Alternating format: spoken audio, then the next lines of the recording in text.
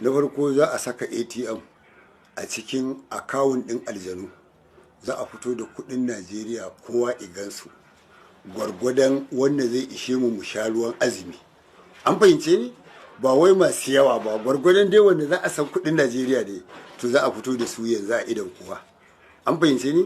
To sai abu na biyu, ita mai tambaya fannin mace ce ga sallah ta zo, to ya kamata ita ma a sata a nemo mata sarƙar da za ta yi adon sallah da ita.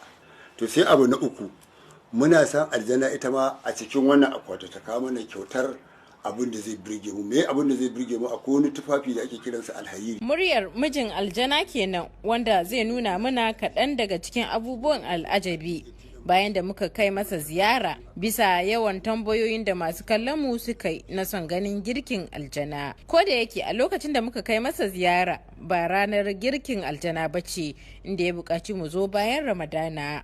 Jiya a ciki, to shine zai zanto ali ATM ɗinsu, ni kuma saka a cikin akawun ɗin aljanu, su kuma su ba mu kuɗin da za mu sha ruwa a wannan haɗuwa ta mu.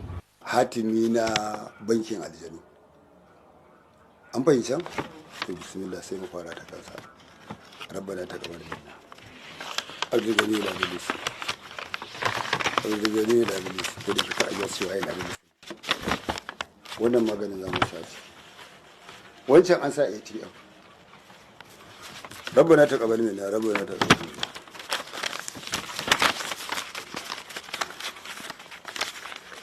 Aljani la bilis. Na'am. Amin sakakun hala'in yasin, amin sakakun hala'in yasin bi haƙi su muka lazi arba ɗalisin habalisin mabarusin salisin kafali'un kakalimin hayalisin da ɗalisin abatisin yabatisin bi haƙi Muhammadun Rasulullahi. A hasko ne hajiya. A hasko ne hajiya. Riƙe mata ma da lamu da shi.